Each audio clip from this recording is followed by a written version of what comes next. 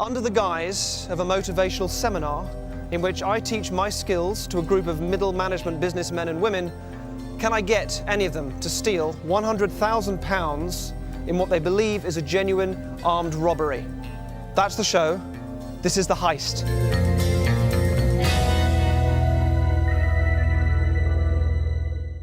I have to get them to cross the line into deviant and criminal behaviour, but in a way which can be framed to sound fun and harmless.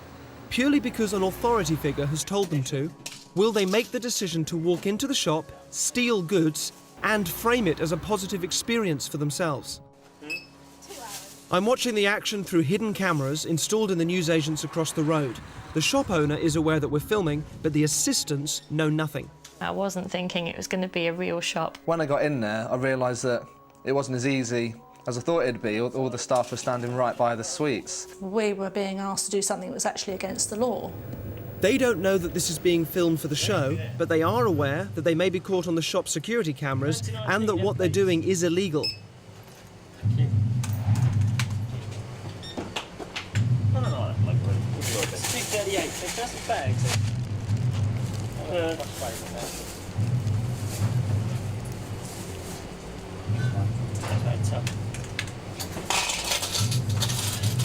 Hello.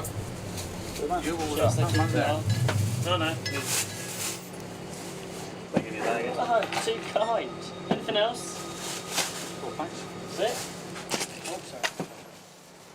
My initial reaction when I came back into the pub was actually euphoria. It was like the woman had got 6 numbers on the lottery. She was so hyper and high about it and proud of herself. I think that's something that I hope will actually stay with me, because I think I could probably do with taking a few more risks in life. Slapping that full of layers of cheese on it in the microwave, melt the cheese. Out she comes. 10, 25.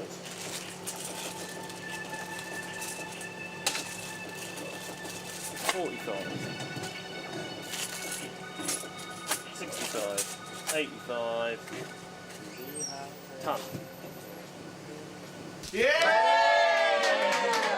I felt really good, actually. It's bad to say.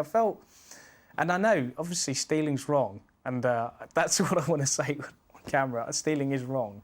I have a young daughter, a teenage daughter. There is no way I'm going to show, even for fun, even for a laugh, that shoplifting should be done or condoned. Derren explained that would be taking us back to our inner child, and by taking me back to my inner child, I had the opposite effect, and remember the sort of it put the fear of God in me, really, in terms of the repercussions. So there's no way I was going to steal anything from that shop.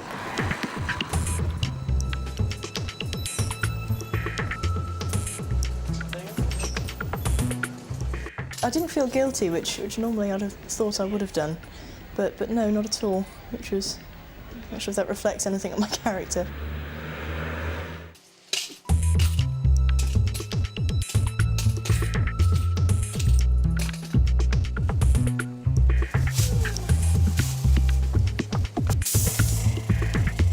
See that? He just literally walked over, picked it off the shelf and just walked out. It was the guy in the suit. One of the things I remember that Derren said was, if you do something with enough confidence, it will work. Which clearly does for him, but it didn't for me. I just thought you had to have this. No, you can't, no. So you're not in a position to give it away?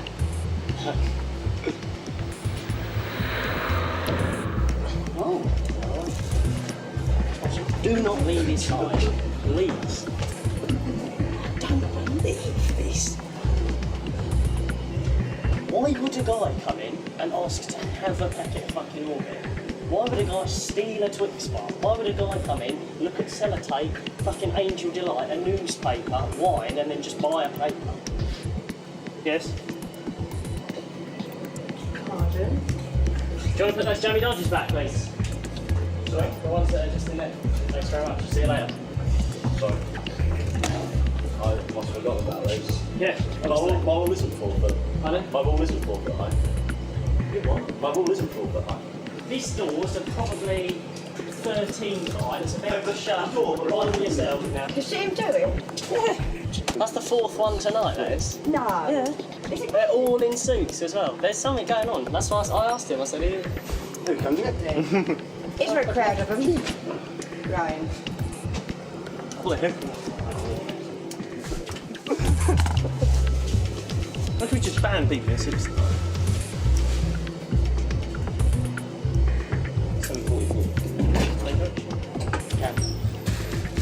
I'm going to get really fucked up here. I felt it's a bit of a failure, actually, because I hadn't done it. So out of the 13 people that attended the seminar, I've decided to eliminate 4 of them. Paul, first of all, because he was a little too controlling. Had also mentioned that he had a daughter and he didn't want his daughter seeing him do anything criminal on TV, which I thought was fair enough. Pam and Helen, I didn't feel were suitable to take through the heist experience, really. And Sula as well. Sula had admitted to filling out the wrong job on her application form. She isn't really an accountant, and her real job doesn't fall within the criterion of the show. So those are eliminated, but all the people that do get eliminated will take with them a very powerful motivational state which they can tap into, as well as certain genuine skills which they've learned from me at the seminar. So those are gone, but there are 9 people left.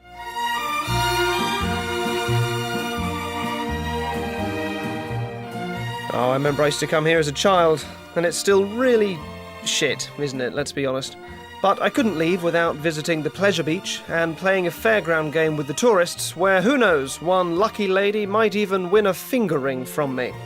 Your name is? Angela. Angela, very good to meet you. And? Georgie. Georgie. Excellent, okay. Will you have a look at that for me? Empty ring box, and a ring box. Yep. And this. A ring which we borrowed from a jeweller's not too far around here. It's worth £2,500. It's an 18-carat white gold ring with a diamond on the top. This is a genuine, very nice, expensive ring. Got to play a little game involving this ring. Right. You may win the ring during the course of the game. If that happens, you'll understand that you win the ring, which is great, but we have to give £2,500 to the jewellers that we got this off. So, in the nicest possible way, the idea of this for me is that you don't win the ring, if that makes sense. Yeah. Okay. Can I borrow that? Of course I have. And the other 2, I'm going to keep empty. Thank you. Mix them up so you don't know which is which. Right back. All right.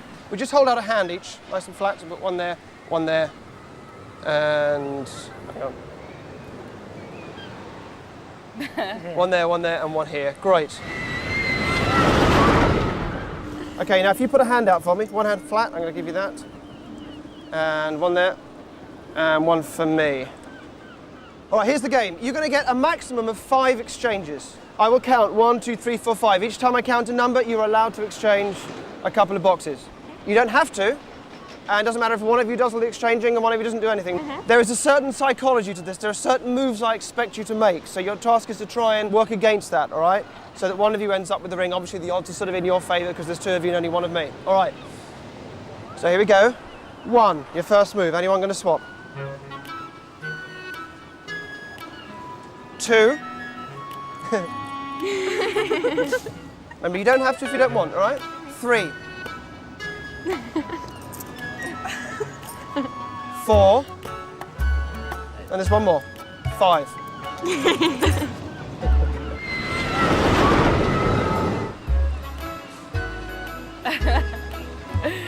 3. I'll stick. 4. I'll stick. 5. Sticking as you are? Yeah. All right, excellent, okay. Sophia, yes? Yes. Can you open your box? No ring, let's just show the camera. So that's 1 down. I'll put that away, I'll get rid of it, all right? No, I was Before you look, I'm going to offer you a chance if you want to change your mind, okay? I wouldn't normally do this, I'll give you a clue. The clue is, you're wrong, it's in this one here. Okay. All right, that was your clue. You don't have to believe me, but let me explain. Probably by me saying it's over here, you wouldn't believe me. In fact, why would you believe me? Because why would I tell you where the ring is? Now that means I could say it's here just to make you want to stick with that one even more. So you might think I'm saying it's here just to catch you out and make you stick with that one. If you think I'm doing that, catch me out and go for this one, yeah? Okay. Or if you think I'm just being honest and telling you the truth, it's still there. Okay. Do you want to change? Yeah. You do want to change? Sure? Yeah. Okay, open the box.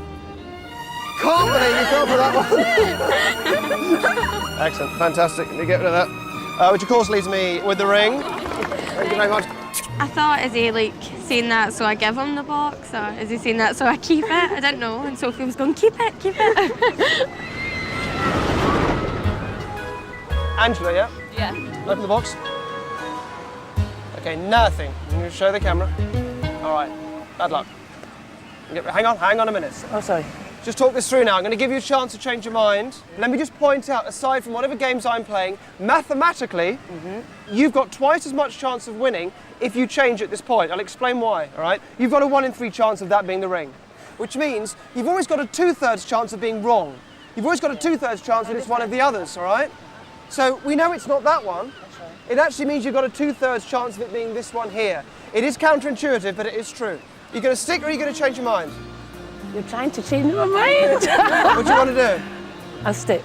You're going to stick? Yeah. Are you sure? Positive. Open the box. Obviously, I wouldn't have told you all that if I'd have wanted you to change. Well done, well done. Great, okay. Thank you. Which, of course, Yes. means that I end up with the ring, but thank you so much. I was convinced I had it. It was the look on Derren's face. I was convinced I had the ring. The way he looked, as much to say, oh, what do I do now? I'm going to have to pay for this ring. She's got it. I'm pretty shocked because I was expecting some kind of trickery, but obviously he was just so confident in his own persuasive powers or knowledge of what we do based on what he said. So yeah, it was very cleverly done. Yeah. It was very cleverly done. Brilliant. As we go now into the business heart of London, ask yourselves, would our friend have given off different signals if I hadn't been using such a large amount of money? Hello. Can I just verify from the outset that this isn't a setup, we haven't arranged anything, you're not an actor, correct? Not that I remember. Well, you work in the stock market, is that right? I do, indeed. You all do, in fact. Yep, investment banking. Which is an area, is an industry where huge sums of money are at stake every day. Yep, win or lose it, as they say. Fantastic. This game I play, normally I do it with 2 envelopes and there's money in 1 envelope, all right? Okay. Normally with 50 quid. We're doing this now with 5 envelopes and a much larger sum and the odds very much in your favour. Okay? Okay. What I want you to do, they're numbered 1, 2, 3, 4, 5. I need you to think of one of those envelopes, one of those numbers, change your mind as many times as you like, and then settle on 1. Are you doing that for me now? Can you do that? 1, 2, 3, 4, or 5. Excellent. I'm only going to get 1 shot at this. Close your eyes for me and just count out loud 1, 2, 3, 4, 5, just like that. Go. 1, 2, 3, 4, 5. That was quick. Okay, open your eyes. That's fine. Don't change your mind. Stick with it. I'm going to seal something in one of these envelopes, the envelope that I think you're thinking of. I'll do it without you looking, all right? Then I will get you to push towards me the envelope that you are thinking of. I will keep whatever's in that envelope. You will keep whatever is in the remaining 4. Does that make sense? Yep. And we're not doing it with 50 quid. This is a cheque for £10,000. This is a genuine cheque made out to... What's your full name? Matthew. Yes. Skilder. S-C-H-I-L-D-E-R.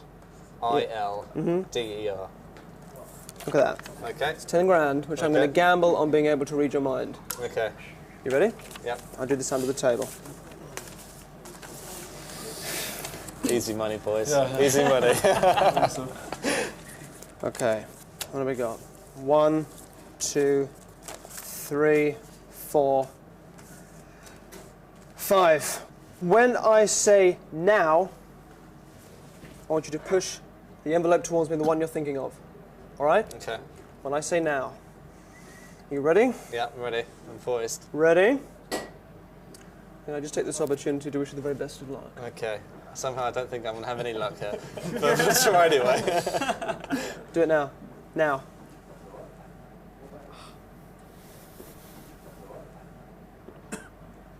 Envelope number 2. Oh no. Open the others. Open the ones you kept for yourself. I'm sorry. This looks like daylight robbery. I've changed my mind. Have a look. Have a look in envelope number 2, the one you gave me. Something there. Honest. 10 grand, Matthew. Well done. Come on, take it together. Next time. Congratulations. I kept my number I thought of. I was trying to actually look towards number 5, trying to give him some sort of eye signal down there, but it didn't work. Nick Plesso's gone all in. Let's see if this pushes her out. In an attempt to score a big win, Nick bet all his chips on this hand. His aggressive play scared off 4 out of his 5 opponents, so it was left to Anne to work out whether he was bluffing or not. She needed to use both her intuition and her observation of his body language. She'd picked up on a tell that made her decide to continue playing and match his large bet.